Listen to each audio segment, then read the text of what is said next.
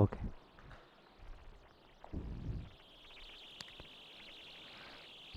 નમસ્કાર વિદ્યાર્થી મિત્રો. આજે આપણે પરમાણુય બંધારણની અંદર લેક્ચર નંબર 3, જેમની અંદર આપણે અલગ અલગ પરમાણુનું બંધારણ કેવું હોય એમના માટે ઘણા બધા અલગ અલગ પ્રયોગો અને નમૂનાઓ કે જે અલગ અલગ વૈજ્ઞાનિકોએ બધા વર્ષોના સંશોધન પછી આપેલા છે. તો એ નમૂનાઓને સ્ટેપ બાય સ્ટેપ સમજી અને પરમાણુનું બંધારણ કેવું હોય એ આપણે પ્રૂવ કરવાનું છે, સાબિત કરવાનું છે. બરાબર. તો આજના લેક્ચરની અંદર આપણે અલગ અલગ પરમાણુના બંધારણને સાબિત કરતા નમૂનાઓ છે એમની આપણે ચર્ચા કરવાની છે. પણ આપણે આગળ વધતા પહેલા અત્યાર સુધી આપણે જેટલું ભણીને આવી ગયા છીએ એટલી વસ્તુ આપણને યાદ હોવી જોઈએ. ફરીથી આપણે એને એક વખત થોડું એવું સમરાઇઝ કરી લઈએ. ફર્સ્ટ લેક્ચરની અંદર આપણે પરમાણુ છે તો પરમાણુની હિસ્ટ્રી અથવા તો એમનો ઇતિહાસ વિશે આપણે ચર્ચા કરી હતી. અને એ દરમિયાન આપણે એવી વાત કરી હતી કે કોઈ પણ કણ હોય અથવા તો કોઈ પરમાણુ હોય તો એની અંદર 3 મૂળભૂત કણો રહેલા હોય. એમની અંદર સૌપ્રથમ વીજભારિત ઇલેક્ટ્રોન, ધન વીજભારિત પ્રોટોન અને તટસ્થ ન્યુટ્રોન આવેલા હોવા જોઈએ. એવી વાત આપણે આગળના લેક્ચરની અંદર કરી હતી. ત્યાર પછી એ ત્રણેયને આપણે સાબિત કરવાના હતા. તો ઋણ વીજભારિત ઇલેક્ટ્રોન આવેલો હોય કે ધન વીજભારિત પ્રોટોન આવેલો હોય તો એમને કઈ રીતે આપણને ખબર પડે કે એમની અંદર પ્રોટોન છે કે ઇલેક્ટ્રોન છે કે ન્યુટ્રોન છે. તો સૌપ્રથમ આપણે પ્રોટોનની ડિસ્કવરી માટે એટલે કે પ્રોટોનની સાબિતી માટે સૌપ્રથમ આપણે જે થોમ્સન છે એનો કેથોડ રે ડિસ્ચાર્જ ટ્યુબનો પ્રયોગ દ્વારા આપણે એમની સાબિતી આપી હતી. બરાબર. એક ટ્યુબ લઈએ તો એને આપણે 2 અલગ ધાતુ વડે બેટરી વડે જોડી દઈએ અને હાઈ વેક્યુમ અપ્લાય કરીએ તો એમાંથી રેસ જે છે, કિરણો જે છે એ પાસ થતા હતા. બરાબર. તો એ રેસને આપણે કહેતા હતા કેથોડ કિરણો. અને એમના દ્વારા આપણે એવું સાબિત કર્યું હતું કે એમની અંદર ઋણ વીજભારિત કણ જે છે એ આવેલા હોવા. આવી વાત આપણે ફર્સ્ટ લેક્ચરની અંદર કરી હતી. ત્યાર પછી સેકન્ડ લેક્ચરની અંદર આપણે ઇલેક્ટ્રોન ઉપરનો ચાર્જ કેવો હોય એ આપણે મુલિકન નામના વૈજ્ઞાનિકે જે આપેલો પ્રયોગ હતો ઓઇલ ડ્રોપ મેથડ, એમની આપણે ચર્ચા કરી હતી. ત્યાર પછી એમનાથી આગળ પ્રોટોન જે છે એમની સાબિતી કોને આપી? તો પ્રોટોનની સાબિતી સૌપ્રથમ ગોલ્ડસ્ટેઇન નામના વૈજ્ઞાનિકે આપી હતી અને એને સેમ એક્સપેરિમેન્ટ કર્યો હતો જેવો જે થોમ્સને કર્યો હતો. બરાબર. તો એના આધારે આપણે સાબિત કર્યું હતું કે પ્રોટોન જે છે અથવા તો ધન વીજભારિત કણ છે એ પણ પરમાણુની અંદર હોવો જોઈએ. બરાબર. તો આપણે 2 સાબિતીઓ ભણીને આવી ગયા. ત્યાર પછી ન્યુટનની સાબિતી આપણે લેક્ચરના એન્ડની અંદર જોઈશું, અંતની અંદર વાત કરશું. તો આજે હવે આપણે પરમાણુના બંધારણની અંદર સૌપ્રથમ આપણે વાત કરીએ થોમ્સનનો પરમાણુય નમૂનો. તો સૌપ્રથમ પરમાણુનું બંધારણ કેવું હોવું જોઈએ અથવા તો કેવા ટાઈપનું હોય, એની અંદર આ બધા કણો છે એ કેવી રીતે ગોઠવાયેલા હોય એની સૌપ્રથમ પ્રાથમિક ખ્યાલ છે. એનો સૌપ્રથમ પ્રાથમિક ખ્યાલ જે થોમ્સન નામના વૈજ્ઞાનિકે આપેલો. જે થોમ્સન નામના વૈજ્ઞાનિકના મત અનુસાર પરમાણુનું બંધારણ કેવું હોવું જોઈએ, એમને શું વાત કરી કે એક તો હોવું જોઈએ સ્ફિયર, મતલબ ગોળ હોવું જોઈએ. શું હોવું જોઈએ? ગોળા જેવું હોવું જોઈએ, જેવી રીતે પૃથ્વી છે. બરાબર. અને એમની અંદર જેવી રીતે આગળ આપણે 2 પાર્ટિકલ્સ અથવા તો ઉપપરમાણુય કણો છે એમની આપણે સાબિતી જોઈ હતી. તો એમના આધારે એમને એવું કીધું કે ધન આયન અને ઋણ આયન જે છે એ ગોળ આકારનો જે શેપ છે એવો હોવો જોઈએ અને એમની અંદર ધન અને ઋણ વીજભારિત જે છે સમાન રીતે વહેંચાયેલા હોવા જોઈએ. સમાન રીતે વહેંચાયેલા હોવા જોઈએ. બરાબર, એવું એમને પ્રાઇમરી ખ્યાલ આપ્યો પરમાણુ માટે. અને એમને જે ખ્યાલ આપ્યો ત્યાર પછી એમને બીજા કોઈ વૈજ્ઞાનિકે પણ મોડિફાઈ કર્યો, પણ આ ખ્યાલ જે છે એ પરમાણુની અંદર સૌપ્રથમ એ બતાવે છે કે એમનું જે સાઇઝ છે અથવા તો પરમાણુ છે એમની સાઇઝ જે છે એ કેટલી હોવી જોઈએ, તો કે 10⁻10 ઘાત મીટર જેટલી એમની સાઇઝ હોવી જોઈએ. બરાબર, તો એવું સૌ પ્રથમ એમને પ્રાથમિક ખ્યાલ પરમાણુના નમૂના વિશે એમને રજૂ કર્યો સૌ પ્રથમ. તો હવે આ નમૂનાની અંદર પ્રોબ્લેમ શું થયો, તો એમને એવું કીધું કે કંઈ વાંધો નહીં, ગોળ હોવો જોઈએ, પોઝિટિવ અને નેગેટિવ ચાર્જ ધન અને ઋણ વીજભારિત છે એ સરખી રીતે સમાન રીતે વહેંચાયેલો હોવો જોઈએ.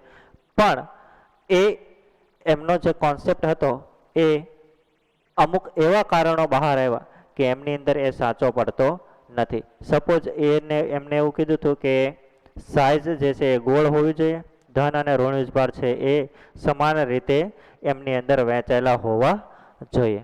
બરાબર, પણ એમને ક્યાં એક્ઝેક્ટ પોઝિશન છે એમની કોઈ માહિતી આપી નહીં, મતલબ સ્થાન ક્યાં છે એ ચોક્કસ રીતે બતાવી શક્યો નહીં. બરાબર, તો એમની બાકી ઘણી બધી ખામીઓ હતી, સ્થાન ન બતાવી શક્યો.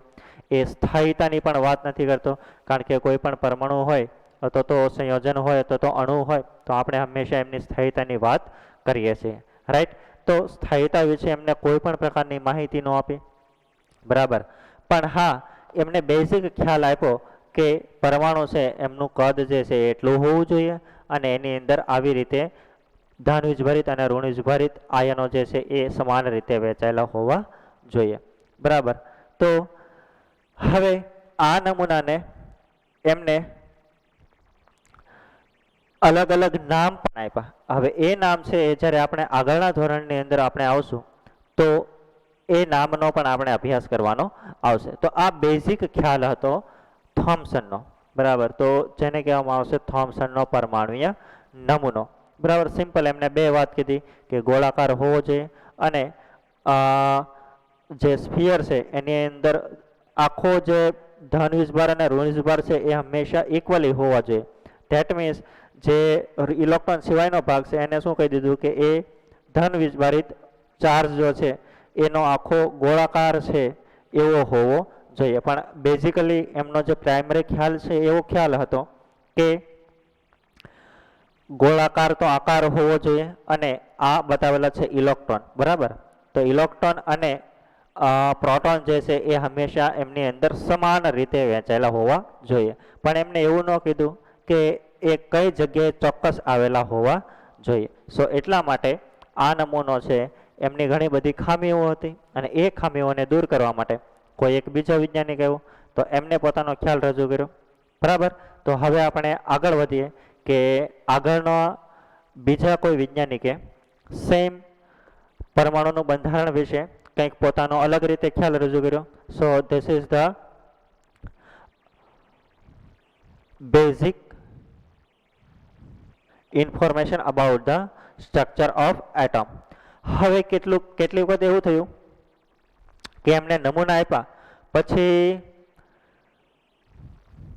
ઘણી બધી ખામી, ઘણા બધા વૈજ્ઞાનિકો એના ઉપર કામ કરી અને ફાઇન્ડ આઉટ કર્યું કે એની અંદર કઈ કઈ ખામીઓ હતી. તો એ ખામીઓને ઓવરકમ કરવા માટે, એમની પૂર્તિ કરવા માટે એક નવો કોન્સેપ્ટ આવી ગયો કે પરમાણુની સાથે સાથે કોઈ હોય એક જ પરમાણુ જેમનો પરમાણુય ક્રમાંક પણ અલગ હોય, પણ એવા ઘણા બધા સંયોજનો છે કે હોય પરમાણુ એક, પરમાણુનો મતલબ ઓક્સિજન હોય તો ઓક્સિજન, ક્લોરીન હોય તો ક્લોરીન, નાઇટ્રોજન હોય તો નાઇટ્રોજન, કાર્બન હોય તો કાર્બન. તો એમની અંદર શું બન્યું કે એમના પરમાણુ ક્રમાંક તો કેટલીક વખત સમાન હતા તો કેટલીક વખત અલગ પણ હતા. તો એમની અંદર પ્રોટોન અને ન્યુટ્રોનની સંખ્યાના આધારે તો માસના આધારે એમની અંદર એમને ફરીથી અલગ અલગ કેટેગરીની અંદર વહેંચવામાં આવ્યો, જેને આપણે નામ આપશું સૌપ્રથમ આઇસોટોપ્સ. શું નામ આપશું? આઇસોટોપ્સ. તો આઇસોટોપ્સનો મતલબ શું થાય કે એવા પરમાણુઓ અલગ અલગ, ખાસ કરીને એક જ પરમાણુ કે જેમની અંદર એમનો પરમાણુ ક્રમાંક તો સમાન હોય પણ પરમાણુય દળ કેવા હોય? અલગ અલગ હોય. તો આપણે એમને શું કહીએ? આઇસોટોપ.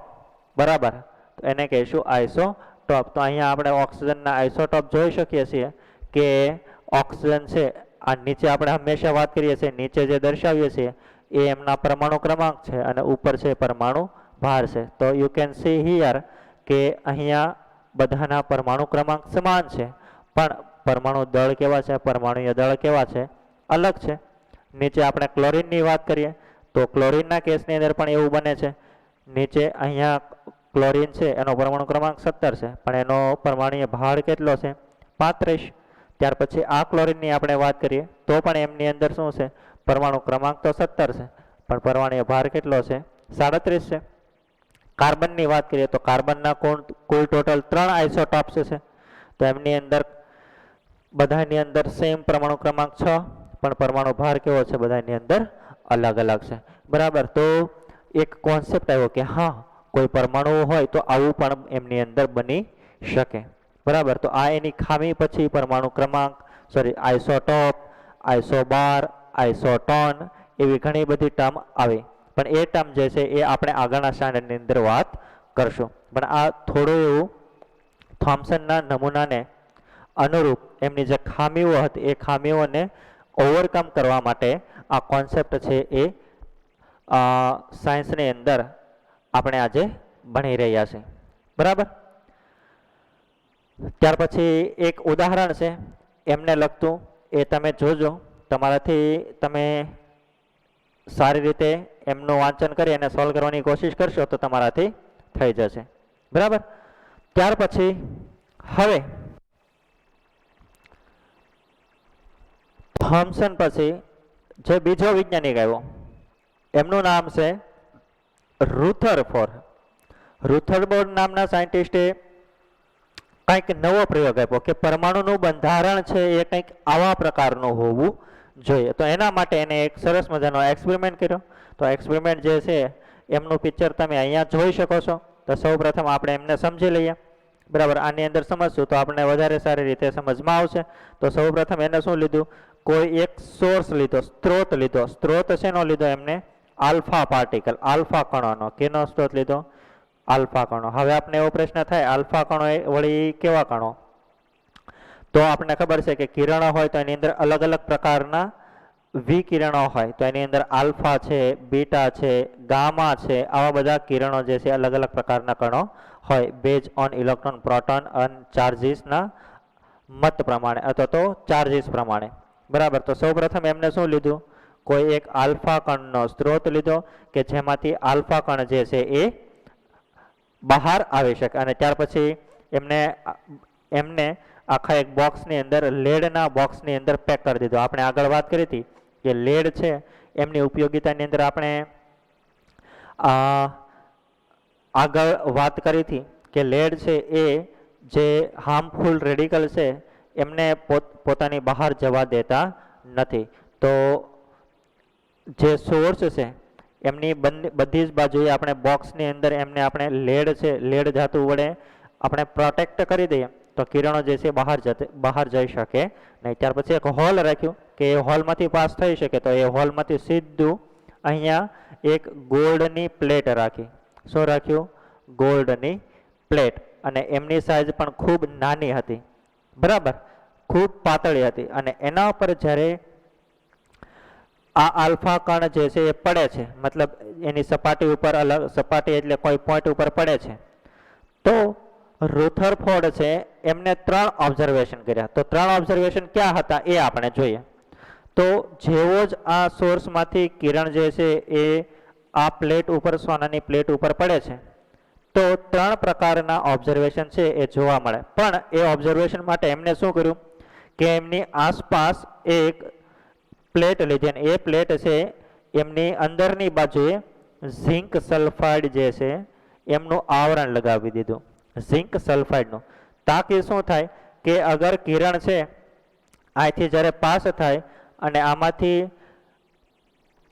અંદરથી પસાર થઈ અને બહાર નીકળી જાય અને અહીંયા ભટકાય તો કંઈક કલરવાળો સ્પોટ જોવા મળે. તો ઝિંક સલ્ફાઇડ છે એનું કામ શું છે કે અગર ત્યાં કોઈ કિરણ જે છે એ અથડાય તો ત્યાં એ કલરવાળો સ્પોટ જે છે ઉત્પન્ન કરશે. એટલા માટે અહીંયા ઝિંક સલ્ફાઇડ જે છે એનો પડદો એમને લગાવી દીધો. બરાબર. તો હવે આપણે જોઈએ એમને શું પ્રયોગની અંદર ઓબ્ઝર્વેશન કર્યું. તો સૌ પ્રથમ ધીમે ધીમે ધીમે ધીમે ધીમે આમાંથી આલ્ફા કિરણો જે છે એ પાસ કર્યા આ ધાતુની પ્લેટ ઉપર. અને એ ધાતુ હતી એ કઈ ધાતુની હતી? ગોલ્ડની હતી. કઈ ધાતુની હતી? ગોલ્ડ. ગોલ્ડને આપણે કહીશું AU, અથવા તો આપણે ગુજરાતીની અંદર કહીએ છીએ સોનું. બરાબર. તો હવે જ્યારે એ કિરણો આ ધાતુ પર આવે છે, પ્લેટ ઉપર પડે છે, તો ત્રણ પ્રકારના ઓબ્ઝર્વેશન એને ઓબ્ઝર્વ કર્યા. તો નંબર 1 કે જે કિરણો આમાંથી પાસ થાય છે એમાંથી મોટા ભાગના કિરણો જે છે એમાંથી આરપાર જે છે એ પસાર થઈ જાય. અને પસાર થઈ જાય તો અહીંયા જ્યારે ભટકાશે તો અહીંયા એક સ્પોટ ઉત્પન્ન થશે. તો મોટા ભાગના આમાંથી જે કિરણો છે એ શું થઈ જાય છે? એ પ્લેટમાંથી, સોનાની પ્લેટમાંથી આરપાર પાસ થઈ જાય છે. બરાબર. તો આ પહેલું એમનું ઓબ્ઝર્વેશન હતું, મોટા ભાગના કિરણો. ત્યાર પછી અમુક થોડા પ્રમાણની અંદર કિરણો જે છે એમનું પ્લેટ સાથે અથડાય અને વિચલન જોવા મળ્યું. પહેલો ભાગ કયો હતો કે સીધા જેવા આવે એવા જ પાસ થઈને અહીંયા આવી જતા હતા. પણ કેટલાક કિરણો છે ઓછા એઝ કમ્પેર ટુ જે આરપાર થઈ જાય છે એની સાથે આપણે કમ્પેરિઝન કરીએ તો એની કમ્પેરિઝનની સરખામણીની અંદર બહુ જ ઓછા કિરણો છે એ વિચલન પામે છે. શું પામે છે? વિચલન. મતલબ સીધા પાસ થતા નથી, એની સાથે અથડાય છે અને ત્યાર પછી આ પ્લેટ સાથે એ વિચલન પામી અને ત્યાં આપણે પ્રકાશનો સ્પોટ જે છે એ આપણે જોઈ શકીએ. અને આ બીજું ઓબ્ઝર્વેશન. ત્યાર પછી ત્રીજું ઓબ્ઝર્વેશન એનું શું હતું કે બહુ ઓછા, બહુ એટલે ખૂબ જ ઓછા, એમની સાથે સૌપ્રથમ એ પ્લેટ ઉપર પડે છે અને પડીને બધા જે છે એ આખું કિરણ જે છે પાછો આવે છે. પાછો આવે છે એનો મતલબ શું થયો કે એમાંથી એ બેક થાય છે, પોતાની તરફ પાછો આવે છે. બટ એવા કિરણો જે છે એ ખૂબ ઓછા હતા. તો આપણે એંગલ પણ કહી શકીએ આમાંથી 100% પાસ થઈ જાય. બરાબર. આ સીધો એંગલ. ત્યાર પછી એકદમ પાછો આવે છે 180 ડિગ્રી. કેટલાક કિરણો જે છે એ અમુક એંગલે વિચલન પણ પામે છે. તો આ એનું ઓબ્ઝર્વેશન હતું. તો ઓબ્ઝર્વેશનની અંદર એમને શું કીધું કે જ્યારે પણ આપણે આલ્ફા કણ છે એ સોનાની પ્લેટ ઉપર પાડીએ તો મોટા ભાગના કિરણો શું થાય છે? એમાંથી પસાર થઈ જાય છે. શું થાય છે? પસાર થઈ જાય છે. અમુક કિરણો છે એ શું થાય છે? વિચલન પામે છે. અને એમાંથી પણ ખૂબ ઓછા કિરણો એકદમ 100% પોતાની તરફ પાછા આવે છે. શું કરે છે? પાછા આવે છે. તો આ ત્રણ ઓબ્ઝર્વેશન એમને ડ્યુરિંગ ધ એક્સપેરિમેન્ટ એમને જોયા. તો હવે આવું થાય છે તો એની પાછળનું તારણ શું છે? તો આના પરથી આપણને પરમાણુ નમૂનાની શું ખબર પડે? તો હવે એ આપણે જોઈએ. બરાબર. તો આ સેમ જે ફિગર છે એ અહીંયા આપણે બતાવેલી છે. તો હવે આપણે પ્રયોગને સમજવાની કોશિશ કરીએ. તો થોમ્સનના પરમાણુય નમૂનાઓની માન્યતા કસોટી માટે રુથરફોર્ડ જે છે એમનો આલ્ફા કિરણ પ્રકીર્ણનનો પ્રયોગ એમને આપ્યો. ધેટ મીન્સ આ પ્રયોગને આલ્ફા કિરણ પ્રકીર્ણન પ્રયોગ પણ કહેવાય. શું કામ આલ્ફા કિરણ પ્રકીર્ણન પ્રયોગ?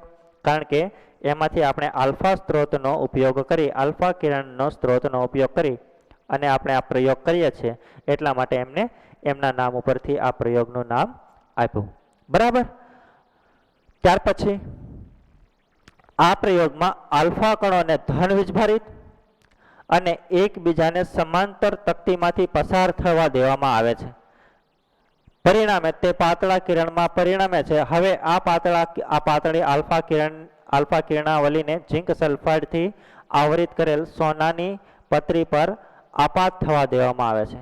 તો સેમ આપણે વાત કરી હતી એમ કે જેવી રીતે આપણે પાસ કરશું તો એને આપણે એક નાની એવી પ્લેટમાંથી પાસ કરશું. બરાબર. તો શું કામ? કારણ કે સીધી જ લાઈનમાંથી પાસ થઈ શકે જ્યારે અહીંથી પાસ થાય ત્યારે. અધરવાઇઝ શું થાય? સપોઝ અહીંયા બલ્બ હોય ને અહીંયા કાણું હોય તો આ બધી જગ્યાએ જે છે એ કિરણો પ્રચલિત થવાની અથવા તો પ્રસારિત થવાની ક્ષમતા ધરાવે. તો એવું ન થાય એટલા માટે શું કરવાનું કે એક જ લાઈનની અંદર થાય, એક જ લાઈનમાંથી જાય. તો એટલા માટે અહીંયા બે નાની એવી ધન વીજભારિત પ્લેટ લગાડી દીધી. બરાબર. તો એ પ્લેટમાંથી જ્યારે આલ્ફા કિરણ આ સોનાની પ્લેટ છે, આ પ્લેટ છે એના ઉપર પડશે તો પહેલું ઓબ્ઝર્વેશન એ હતું કે સીધા જ પાસ થઈ જાય બધા જ કિરણો, અમુક કિરણો છે એ વિચલિત થયા અને અમુક કિરણો જે છે એકદમ પાછા આવ્યા, મતલબ ત્યાંથી જે ભટકાય છે ત્યાંથી પાછો આવ્યું, પણ એ પાછા આવવાની જે પોસિબિલિટી છે એ ખૂબ જ ઓછી છે. કેવી છે? ખૂબ જ ઓછી. બરાબર. તો આવો એમને સૌ પ્રથમ એક્સપેરિમેન્ટ કર્યો હતો. ત્યાર પછી આ પ્રયોગનું પરિણામ અને અવલોકનો થોમ્સન પરમાણુય નમૂનાને સંપૂર્ણ ખોટું ધરાવે છે. હવે ખોટું કઈ રીતે થઈ શકે? તો થોમ્સને શું કીધું હતું કે આકાર તો ગોળ હોવો જોઈએ અને પોઝિટિવ અને નેગેટિવ છે એ કેવા હોવો જોઈએ? સમાન રીતે એમની અંદર વહેંચાયેલા હોવા જોઈએ. તો પોઝિટિવ અને નેગેટિવ જો સમાન રીતે વહેંચાયેલા હોય તો કિરણમાંથી આ કિરણને આપણે જ્યારે આ ગોલ્ડની પ્લેટ ઉપર પડે તો ગોલ્ડ છે એ પણ એક શું છે?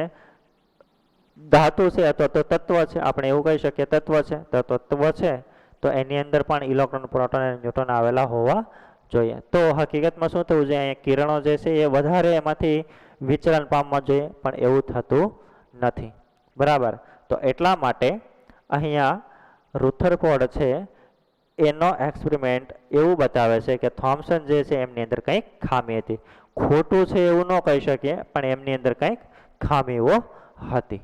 બરાબર.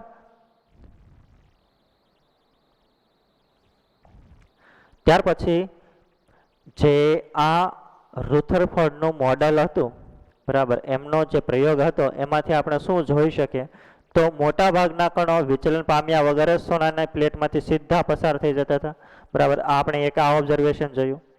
ત્યાર પછી એમાંથી નિષ્કર્ષ શું આવ્યું કે મોટો ભાગ જે છે એ ખાલી હોવો જોઈએ. હવે આપણને ખબર છે કે સપોઝ આ આપણે પ્લેટ રાખી એમાંથી આપણે કિરણ પાસ કરીએ તો કિરણ પાસ ક્યારે થાય? કે આખો ભાગ જે છે એની અંદર કાંઈ હોય નહીં તો જ. બરાબર. જો કંઈ હોય, બરાબર, તો આપણે જ્યારે પાસ કરીએ તો શું થાય? એમાંથી કાં તો વિચલન પામી શકે અને કાં તો એ 180 ડિગ્રીએ રિટર્ન બેક થાય. બરાબર. તો જે મોટા ભાગના કિરણો એ સોનાની પ્લેટમાંથી પાસ થઈ જાય છે એમનું કારણ શું છે? કે એમની અંદર પરમાણુની અંદર મોટા ભાગની અંદર શું આવેલું હોવું જોઈએ? સ્પેસ આવેલી હોવી જોઈએ, જગ્યા આવેલી હોવી જોઈએ. બરાબર. એવું એ બતાવે છે. ત્યાર પછી ખૂબ જ થોડા આલ્ફા કિરણો પૂર્ણ પાછા ફરે છે, થોડા આલ્ફા કણો માટે પ્રમાણમાં વિચલન પામે છે. તો આપણે આ પણ વાત કરી.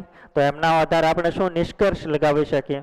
તો એની અંદર એવું બતાવે છે કે કેન્દ્રની હાજરી ધન વીજભારિત કોર કેન્દ્ર તરીકે ઓળખાય છે. તો એનો મતલબ શું થયો?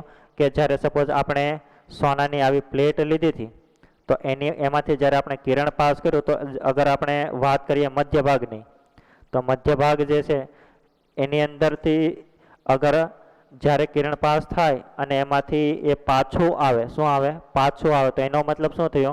કે પાછું આવતા જે કિરણો છે એ ખૂબ જ ઓછા હતા. તો એનો મતલબ શું થયો? કે પરમાણુ છે એના મોટો ભાગ જે છે એ ખાલી હોવો જોઈએ, પણ એના મધ્ય ભાગની અંદર સેન્ટરની અંદર કંઈક ધન વીજભારિત જે છે એ કણ આવેલો હોવો જોઈએ, જેને આપણે કહીશું કેન્દ્ર. શું કહીશું? કેન્દ્ર. બરાબર. તો જે કિરણ પાછું આવે છે એ પાછું શું કામ આવે છે? કારણ કે એમની અંદર સેન્ટરની અંદર ધન વીજભારિત આયન રહેલો છે. બરાબર.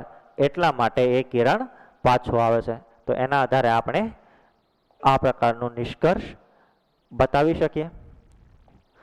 ત્યાર પછી રુથરફોર્ડનો જે પરમાણુય નમૂનો છે એ શું ધરાવી શકે? બરાબર. તો એ હજી પણ આપણને શું કહેવા માંગે છે એ આપણે જોઈએ. તો પરમાણુનો મોટો ભાગ છે એ અવકાશ ધરાવે છે. તો આપણે વાત કરી હતી હમણાં એમ કે અગર સપોઝ આપણે એમનો પરમાણુને ગોળાકાર આપણે ઇમેજિન કરી લઈએ તો હમણાં વાત કરી હતી કે જે કિરણ છે એ ખૂબ ઓછા પાછા હોય તો એની અંદર મધ્ય ભાગની અંદર શું આવેલું હોવું જોઈએ? ધન વીજભારિત કણ આવેલો હોવો જોઈએ. એટલા માટે કિરણ જે છે એ જ્યારે પાસ કરીએ છીએ તો એ પાછું આવે છે.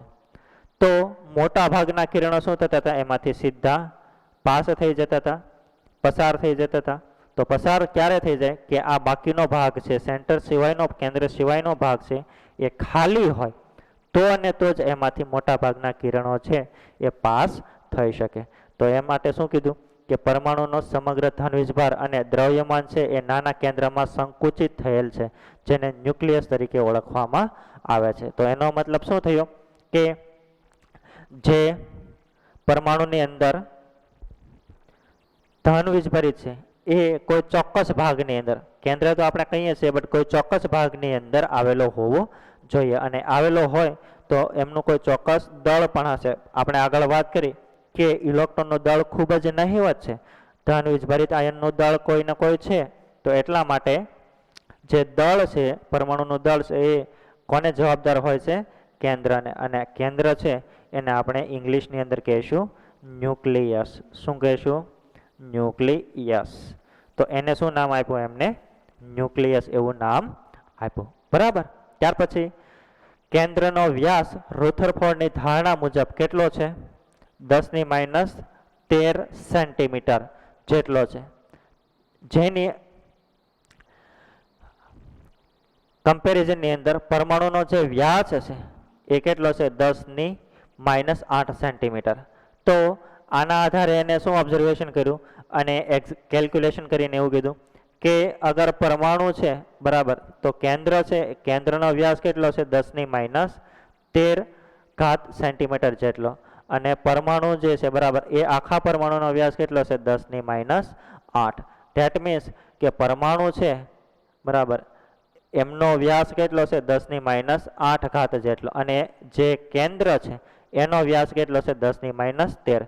તો તમે આપણે જોઈ શકીએ કે આ કદ અને આ કદને જ્યારે આપણે કમ્પેરિઝન કરીએ તો આ કદ કેટલું નાનું છે. બરાબર. ત્યાર પછી જે ઊંચા વેગ કેન્દ્ર ફરતે ઘૂમે છે, તો એનો મતલબ શું થઈ ગયો કે ઇલેક્ટ્રોન એ કેન્દ્રના બાહ્યતમ ભાગમાં આવેલા છે. તો હવે ખબર કઈ રીતે પડે બાહ્યતમ ભાગમાં આવેલા છે? તો એ આના આધારે ખબર પડે કે ધન વીજભારિત કણ છે એ તો મધ્ય ભાગની અંદર આવેલો છે, બાકી જે ઇલેક્ટ્રોન છે એ જે આ કેન્દ્ર છે અથવા તો ન્યુક્લિયસ છે એના બહારના ભાગની અંદર આવેલો હોવો જોઈએ. આ સિવાયના ભાગની અંદર ક્યાંય ને ક્યાંય ઇલેક્ટ્રોન છે એ આવેલા હોવા જોઈએ. અને એવું પણ કહેશે કે ઊંચા વેગથી એ ઘૂમે છે, મતલબ આની ફરતે ફરે છે. એને પણ આપણે સાબિત કરશું. બરાબર. ત્યાર પછી ઇલેક્ટ્રોન એ ઊંચા વેગે કેન્દ્ર ફરતે ઘૂમે છે, જે પ્રોટોન અને ઇલેક્ટ્રોનના ઇલેક્ટ્રોસ્ટેટિક બળને સંતુલિત કરે છે. હવે એનો મતલબ શું થયો કે જ્યારે ઇલેક્ટ્રોન કોઈ ચોક્કસ માર્ગની અંદર ઘૂમતો હશે તો એ ઇલેક્ટ્રોન વચ્ચેનો જે ચાર્જ છે એનો ઇલેક્ટ્રોનનો ચાર્જ કેવો હોય? નેગેટિવ. અને પ્રોટોનનો ચાર્જ કેવો હોય? વીજભાર, ધન વીજભાર હોય. તો એ બંને વચ્ચે શું કરશે? એની વચ્ચે કોઈ એક બળ લાગશે. હવે આપણને ખબર છે કે ધન વીજભારિત અને ઋણ વીજભારિત વચ્ચે શું થશે કે એની અંદર આકર્ષણ પણ થઈ શકે. બરાબર. આકર્ષણ થશે ધન વીજભારિત અને ઋણ વીજભારિત વચ્ચે. તો એના કારણે કોઈ એક ચોક્કસ બળ જનરેટ થશે. તો એને નામ આપ્યું ઇલેક્ટ્રોસ્ટેટિક બળ, અને એના આધારે આખો જે પરમાણુ છે એ શું થાય છે? સંતુલિત થાય છે. ત્યાર પછી સેમ રુથરફોર્ડનો પરમાણુય નમૂનો સૂર્યમંડળ છે એની અંદર ગ્રહોની ગતિને મળતો આવે છે. આથી રુથરફોર્ડનો પરમાણુય નમૂનો ગ્રહીય નમૂના તરીકે પણ એમને આપણે ઓળખીએ. શું કામ ગ્રહીય નમૂના તરીકે આપણે ઓળખીએ? કારણ કે આપણને ખબર છે કે સૂર્ય છે, સૂર્ય, બરાબર, એ સેન્ટરમાં છે, બાકી એની આસપાસ ઘણા બધા ગ્રહો જે છે એ આવેલા છે. તમે સૌરમંડળ છે, બરાબર, એમનો અભ્યાસ કરીને તો તમે આવી ગયા છો. તો સપોઝ આ સૂર્ય છે, બરાબર, સેન્ટર કોણ છે? સૂર્ય. જેવી રીતે સેન્ટર આપણું ધન વીજભારિત કણ હતો અને ઇલેક્ટ્રોન છે એની કોઈ ચોક્કસ બાહ્યતમ કક્ષાની અંદર ફરતો હતો, તો સિમિલરલી અહીંયા અલગ અલગ જે 9 પ્લેનેટ છે, બરાબર, એ સૂર્ય પછી ચોક્કસ દિશાની અંદર સૂર્યની ફરતે ફરે છે. બરાબર. તો સેમ નમૂનો આપણે સૌરમંડળની સાથે આપણે એમને સરખાવી શકીએ. You can see here the picture of Rutherford model. તો જે પોઝિટિવ ચાર્જ વાળો હતો, બરાબર, એને આપણે કીધું ન્યુક્લિયસ, અને ઇલેક્ટ્રોન છે એ એમની બાહ્યતમ કક્ષાની અંદર એની ફરતે શું કરતો હશે? ભ્રમણ કરતો હશે. તો આ પરમાણુનું જે છે, બરાબર, આવું કંઈક મોડલ હોવું જોઈએ એવું સૌ પ્રથમ રુથરફોર્ડ નામના વૈજ્ઞાનિકે કીધું. બરાબર. ત્યાર પછી સેમ જેમ હમણાં વાત કરી કે આ મોડલને આપણે ગ્રહીય મોડલ પણ કહી શકીએ. કેવું મોડલ કહી શકીએ? ગ્રહીય મોડલ પણ કહી શકીએ.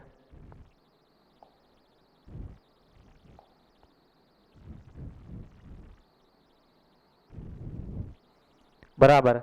તો તમે જોઈ શકો છો અહીંયા કે સૂર્ય જે છે મધ્ય ભાગની અંદર છે અને એની આસપાસ અલગ અલગ ગ્રહો છે એ કોઈ ચોક્કસ એમની કક્ષાની અંદર આવેલા છે. બરાબર, તો સેમ આપણે એમની સાથે સરખાવી શકીએ. બરાબર.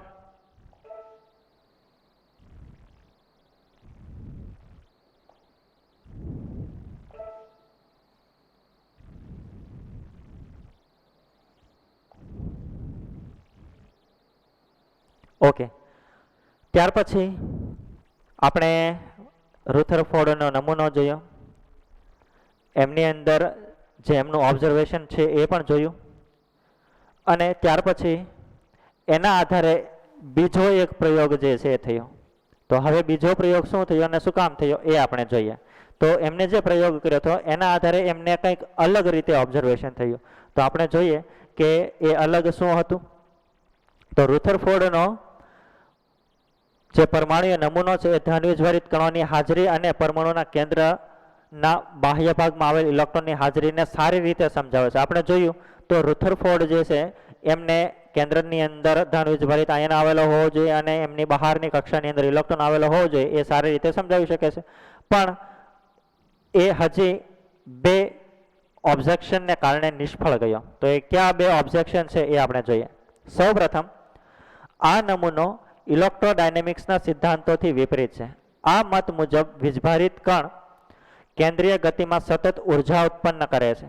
ઇલેક્ટ્રોન વીજભારિત કણ બને છે અને ઉર્જા ગુમાવે છે, જેને પરિણામે આખરે કેન્દ્ર તરફ સ્પાઇરલ માર્ગ હોવો જોઈએ અને પરમાણુ જે છે એ પતન પામતો હોવો જોઈએ. હવે આનો મતલબ શું થયો એ આપણે સમજીએ. હવે જ્યારે કોઈ મધ્ય ભાગની અંદર ધન વીજભારિત છે પ્રોટોન હોય અને ઇલેક્ટ્રોન છે એની આસપાસ શું કરતો હોય, ફરતો હોય. તો હવે જ્યારે એ ફરે છે તો એ દરમિયાન કંઈક ઉર્જા એ ઉત્પન્ન કરે છે. શું કરે છે? ઉર્જા ઉત્પન્ન કરે. તો ઉર્જા ઉત્પન્ન થાય તો એ દરમિયાન શું થાય, એમની પોઝિશન ચેન્જ થાય. તો ધીરે ધીરે હકીકતમાં જ્યારે એ ફરતો હોય તો એ જ્યારે ધીરે ધીરે ફરતો હોય તો ફરતો ફરતો ઉર્જાનો એની અંદર જ્યારે ચેન્જીસ થશે તો એ ફરતો ફરતો એ કેન્દ્રની અંદર અથવા તો કેન્દ્રની સાથે આવી જવો જોઈએ. બરાબર. અને એક સમય એવો આવશે કે એ આની અંદર કેન્દ્ર સાથે મર્જ થઈ જવો જોઈએ, જોડાઈ જવો જોઈએ. એવું થવું જોઈએ અકોર્ડિંગ ટુ થિયોરી, પણ એવું થતું નથી. પણ એવું આ રુથરફોર્ડે કંઈ કીધું નહીં કે આવું શું કામ નથી થતું. અથવા તો આવું એમને જે કીધું કે પોઝિટિવ અને ઇલેક્ટ્રોન જે છે એ આવેલા હોય પણ થિયોરીના આધારે આવું પણ થઈ શકે પરમાણુની અંદર, તો આવું શું કામ નથી થતું એ વાત રુથરફોર્ડે કરી નહીં. બરાબર. ત્યાર પછી આપણે બીજું જોઈએ. બીજો વિરોધ એ હતો કે એ નમૂનો પરમાણુય વર્ણપટની ભાત પરથી આવે છે. તો હવે એનો મતલબ શું થયો? જ્યારે પ્રિઝમ મારફતે પ્રકાશ પસાર કરવામાં આવે તો તેની વિવિધ તરંગ લંબાઈમાં તેના ઘટકો વિભાજન પામે, જેમ કે દ્રશ્યમાન પારજાંબલી, પારક પ્રકાશ વગેરે. તરંગ લંબાઈના આધારે ઘટકોની પ્રકાશ ઉર્જાની ગોઠવણીને વર્ણપટ કહે છે. આપણે વર્ણપટ છે શું એ પણ આપણે જોઈશું. અને આ વર્ણપટના અભ્યાસ માટે રચના કરેલ સાધનને શું કહીશું આપણે? સ્પેક્ટ્રોમીટર. શું કહીશું? સ્પેક્ટ્રોમીટર. જેની અંદર વર્ણપટનો અભ્યાસ કરવામાં આવે એને આપણે કહીશું સ્પેક્ટ્રોમીટર. શું કહીશું? સ્પેક્ટ્રોમીટર. બરાબર. તો હવે જે રુથરફોર્ડે એમનો જે નમૂનો આપ્યો એના આધારે કઈ રીતે એમનો વિરોધાભાસ હતો એ આપણે સમજવાની કોશિશ કરીએ. બરાબર. પણ એ પહેલા આપણે એક પોઈન્ટ છે એ જોઈ લઈએ. સફેદ પ્રકાશ એ વિવિધ તરંગ લંબાઈ ધરાવતા પ્રકાશ ધરાવે છે. વિવિધ પ્રકાશ લંબાઈના સતત પટ્ટાને સતત વર્ણપટ કહે છે અને સૂર્યનો પ્રકાશ અને બલ્બના આપાત કરેલ પ્રકાશ નીચે વર્ણપટ આપે છે. હવે આનો મતલબ છે શું એ આપણે અહીંયા સમજવાની કોશિશ કરીએ. તમે જોઈ શકો છો અહીંયા સપોઝ આપણે જ્યારે કોઈ એક લાઇટ છે, બરાબર, આ બલ્બ છે, તો અહીંયાથી આપણે એમાંથી પાસ કરીએ તો અહીંયા કોઈ એક ચોક્કસ પ્લેટ રાખી દઈએ એની અંદર આપણે જગ્યા રાખી દઈએ તો કિરણો જે છે આમાંથી જ પાસ થાય. અને જેવું આમાંથી પાસ થશે અને પ્રિઝમમાંથી પાસ થશે તો અહીંયા આપણને અલગ અલગ કલર જે છે એ આપણને મળશે. પણ કલર ક્યારે મળી શકે કે અહીંયા કોઈ એક ચોક્કસ પ્રકારનું અહીંયા એવી ગોઠવણ હોય કે જ્યારે એ પ્રકાશનું કિરણ એમાંથી પાસ થાય ને અહીંયા ટચ થાય તો એને ડિટેક્ટ કરી શકે. બરાબર. અને જે ડિટેક્ટ કરી શકે એને કહીશું ડિટેક્ટર. શું કહીશું? ડિટેક્ટર. અને આખી જે પ્લેટ છે એને કહીશું ફોટોગ્રાફિક પ્લેટ, કે જેના ઉપર આવો કલર પડે અને એમાં અલગ અલગ લાઇનનો કલર આપણને જોવા મળે. હવે આપણને ખબર છે કે જે સૂર્યની લાઇટ હોય છે એની અંદર 7 કલરો હોય છે, જેને આપણે ઇંગ્લિશની અંદર કહીશું વિબગ્યોર. કેવો કહીશું? વિબગ્યોર. તો વી નો મતલબ વાયોલેટ, આઈ નો મતલબ ઇન્ડિગો, બી મીન્સ બ્લુ, જી મીન્સ ગ્રીન, યલો, ઓરેન્જ અને રેડ. તો અહીંયા જ્યારે સ્પેક્ટ્રમની અંદર અહીંયા અલગ અલગ કલર જોવા મળે છે તો એવું શું કામ થાય છે? બરાબર, આવું પણ ઓબ્ઝર્વેશન થાય છે. તો એ કલર જે છે એ કલરની લાઈન છે એ શું કામ મળે છે એવું સમજાવી શક્યો. અને એ પછી હાઇડ્રોજનનો વર્ણપટ લેવામાં આવ્યો અને એના આધારે પ્રૂવ થયું કે એમની અંદર જ્યારે આપણે એમનો વર્ણપટ લઈએ છીએ, બરાબર, આ વર્ણપટનો આખો પ્રયોગ છે, એમનું સેટઅપ છે, બરાબર. અત્યારે માત્ર આપણે સમજવાનું છે કે કઈ રીતે વર્ણપટ મળી શકે. તો સૌપ્રથમ આપણે પ્રકાશ પાસ કરીએ, ત્યાર પછી એમને પ્રિઝમમાંથી પાસ કરીએ, પ્રિઝમમાંથી પાસ થશે તો વિચલન પામી અને અહીંયા પ્લેટ રાખશું અને ત્યાં એક આપણે ડિટેક્ટર રાખશું કે જેની મદદથી એને આપણે ડિટેક્ટ કરી શકીએ, બરાબર. તો આ વર્ણપટ વિશે પણ એમને કંઈ માહિતી આપી નહીં.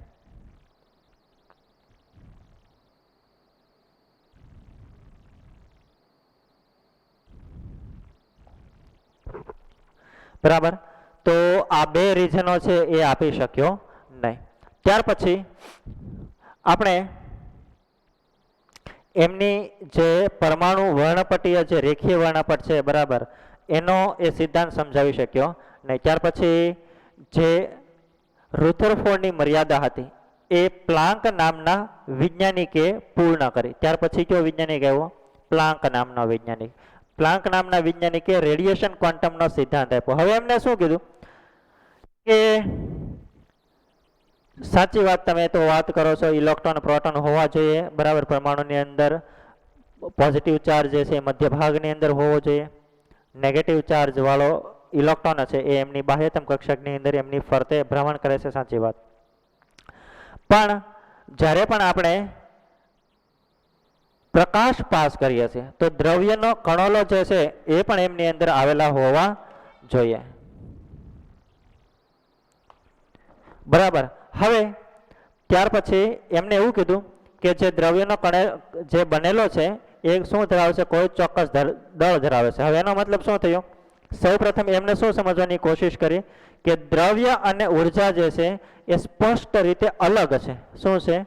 અલગ છે. એવી એમને સૌ પ્રથમ માહિતી આપી અને એને શું નક્કી કર્યું કે જ્યારે પણ ઉર્જા જે છે, સપોઝ આપણે લાઇટ પાસ કરીએ તો એની અંદર એ લાઇટની કોઈ ચોક્કસ ઉર્જા આવેલી હોય, એ લાઇટની પણ કોઈ ચોક્કસ ઉર્જા, અલગ અલગ લાઇટ હોય તો એમની ઉર્જા પણ કેવી હોય? અલગ અલગ આવેલી હોય, બરાબર. તો એ દરમિયાન સૌ પ્રથમ એમને એવી વાત કરી કે ઉર્જા એ ઇલેક્ટ્રોમેગ્નેટિક રેડિયેશન છે જે દળ ધરાવતું નથી અને અવકાશમાં ચોક્કસ સ્થાન રોકતું નથી. ત્યાર પછી દ્રવ્ય એ ઉર્જાનો જથ્થો શોષણ કે ઉત્સર્જન કરી શકતો નથી, એવી એમને વાત કરી. તો એનો મતલબ શું થયો કે જ્યારે આપણે લાઇટ પાસ કરીએ, બરાબર, તો એ લાઇટની અંદર ના તો કોઈ ઉર્જાનું શોષણ થશે અથવા તો કોઈ ઉત્સર્જિત થશે, એવું એમને સાબિત કર્યું. પણ એ પછી ઘણા બધા પ્રયોગો પછી એવું પણ સાબિત થયું કે જ્યારે આપણે લાઇટ પાસ કરીએ તો એની અંદર ઉર્જા જે છે એનો ફેરફાર થાય. એનો મતલબ એવો થયો કે એમની અંદર ઉત્સર્જનની ક્રિયા અથવા તો શોષણની ક્રિયા જોવા મળે છે. ત્યાર પછી મેક્સ પ્લાન્ક નામનો જે વૈજ્ઞાનિક હતો એને એક બીજા પ્રયોગ દ્વારા એક એવી સાબિતી આપી. એ સાબિતી શું આપી એ આપણે જોઈએ. તો એમને શું કીધું કે જ્યારે પણ આપણે લાઇટ પાસ કરીએ એની અંદર જે ઉર્જા હોય છે, લાઇટની અંદર જે ઉર્જા હોય છે એ ઉર્જાને આપણે કહીશું ક્વોન્ટા. શું નામ આપશું? ક્વોન્ટા. તો એને નામ આપ્યું ક્વોન્ટા. તો એને શું કીધું કે કોઈ પણ જથ્થા દ્વારા ઉત્સર્જિત કે શોષણ જે છે એ ઉર્જાના નાના પેકેટ સ્વરૂપે થાય છે, જેને ક્વોન્ટા તરીકે ઓળખવામાં આવે છે. અને જે જથ્થા અથવા તો ક્વોન્ટિટીની બધી સંખ્યાનો ગુણાકાર છે. હવે આનો મતલબ શું થયો કે જ્યારે આપણે લાઇટ પાસ કરીએ તો એ દરમિયાન એમની અંદર જે ઉર્જાનો જથ્થો છે અથવા તો જ્યારે કોઈ દ્રવ્ય છે અથવા તો કોઈ પરમાણુ છે એ લાઇટ પાસ કરતા જ્યારે એમાંથી ઉર્જા જે છે એનું શોષણ કરશે બરાબર. તો એની અંદર જે શોષણ કરે છે એ ઉર્જા હંમેશા ક્વોન્ટા સ્વરૂપે એ શોષણ કરે. હવે ક્વોન્ટાનો મતલબ શું થયો? તો એની અંદર કોઈ એક ચોક્કસ પ્રકારની ઉર્જા છે અને એ ઉર્જાની અંદર એ હંમેશા પ્રકાશની લાઇટ છે એને આપણે કહીએ છીએ એચ ન્યુ. બરાબર. જે ઉર્જા છે આપણે આ ઇક્વેશન આગળ ભણીને આવી ગયા કે E = hv. એચ જે છે બતાવે છે પ્લાન્કનો અચળાંક એ કેટલો છે 6.725 × 10⁻34 જૂલ ઇન્ટુ સેકન્ડ. અને જે V બતાવે છે એ આપણને બતાવે છે રેડિયેશનની આવૃત્તિ. તો જે લાઇટ હોય એની આવૃત્તિ. તો ઉર્જા કેટલી હોય? તો એ hv જેટલી હોય એવું એમને આ સિદ્ધાંતના આધારે સાબિત કર્યું. અને બીજું કે જ્યારે એ પાસ થાય છે તો એમનો સ્વભાવ કેવો હોય છે? દ્રવ્યનો સ્વભાવ કણ સ્વભાવ હોય છે એવું એમને સાબિત કર્યું. બરાબર. ત્યાર પછી હજી પણ કંઈક ખામી રહી ગઈ અને એ ખામી છે એ એક બીજો વૈજ્ઞાનિક નીલ બોહર નામનો વૈજ્ઞાનિક હતો. એમને એ સમજૂતી આપી. બરાબર.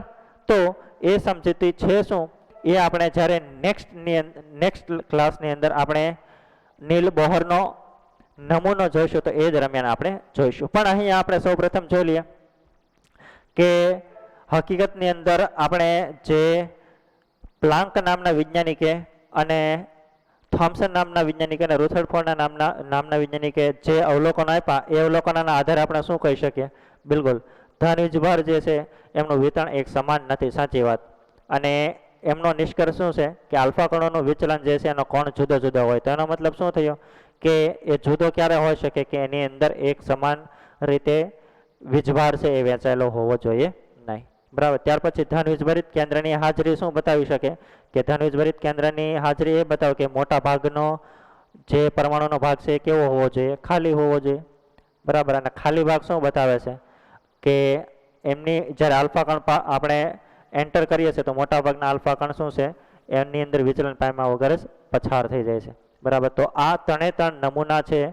બરાબર. એમનું આ નિષ્કર્ષણ છે.